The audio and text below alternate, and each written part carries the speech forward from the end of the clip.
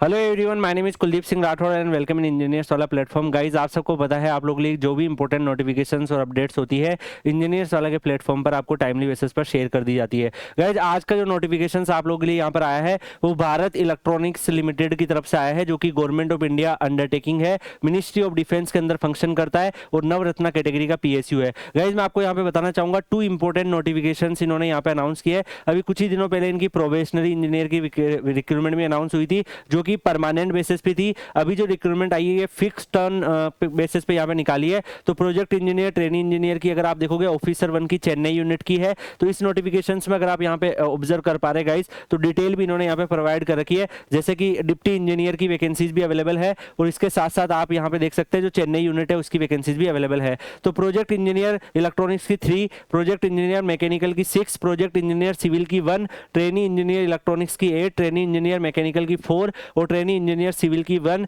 Trainee officers finance की 2 vacancies है। तो यहाँ पर इनका जो रिजर्वेशन में कितना रहेगा वो मेंशन है। अपर एज लिमिट 32 ईयर रखी है प्रोजेक्ट इंजीनियर पे और ट्रेनी इंजीनियर पे 28 ईयर।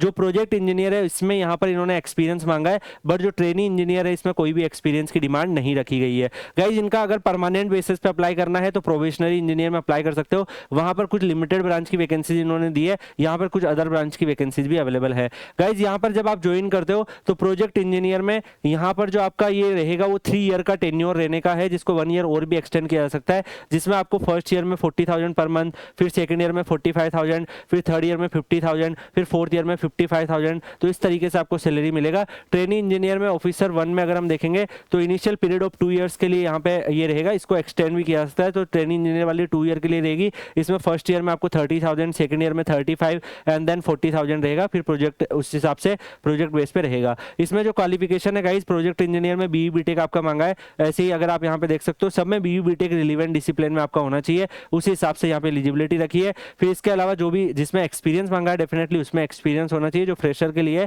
उसमें फ्रेशर होना चाहिए। इसके बाद इनका जो सिलेक्शन प्रोसेस रहेगा, तो गाइज ये 100 मार्क्स का अपना टेस्ट लेने वाले हैं, उसी के भी आप पे शॉर्ट लिस्टेड करेंगे। प्रोजेक्ट इंजीनियर जो वैकेंसीज है उसमें भी आप यहाँ पे देख सकते हैं कि यहाँ पर जो इंटरव्यू भी है 85% रिटर्न का वेटेज, 15% इंटरव्यू का वेटेज रहेगा। अप्लाई करने के लिए इनकी जो ऑफिशियल वेबसाइट है उस पर विजिट करके अप्लाई करना रहेगा। 472 रुपीज़ फीस है जनरल, ईडब्ल्यूएस और ओबीसी के लिए। ऐसी सेम 177 रुपीज़ है ट्रेनिंग इंजीनियर की पोस्ट के लिए। तो गाइज, इस तरीके से इन्होंने क्वालिफिकेशंस वगैरह रखे हैं, बाकी और भी डिटेल इनकी दे रखी है। तो ये आपका फर्स्ट नोटिफिकेशन था। सेकंड नोटिफिकेशन आपका यहाँ पे अवेलेबल है, भारत इलेक्ट्रॉनिक्स लिमिटेड की तरफ से ही इन्होंने यहाँ पे वैकेंसीज निकाली है। अगर आप यहाँ पे देख रहे हैं, ये एक और रिक्रूटमेंट है डिप्टी इंजीनियर की, फिक्स टर्म बेसिस पे E2 ग्रेड में पोस्ट ग्रेड पे रहेगी। यहाँ पर अगर आप देखोगे बीई बीटेक आपका अगर है तो आप अप्लाई कर सकते हो। ईसी की 11, मैकेनिकल की 8, कंप्यूटर साइंस की 2, सिविल की 1 और इलेक्ट्रिकल की 1 वैकेंसीज है। टोटल अगर आप यहाँ पर देखोगे सारी वैकेंसीज अवेलेबल करवा रखी है, बाइफर्केशन भी है कैटेगरी वाइज। अपर एज लिमिट इन्होंने 28 ईयर यहाँ पे रखा हुआ है।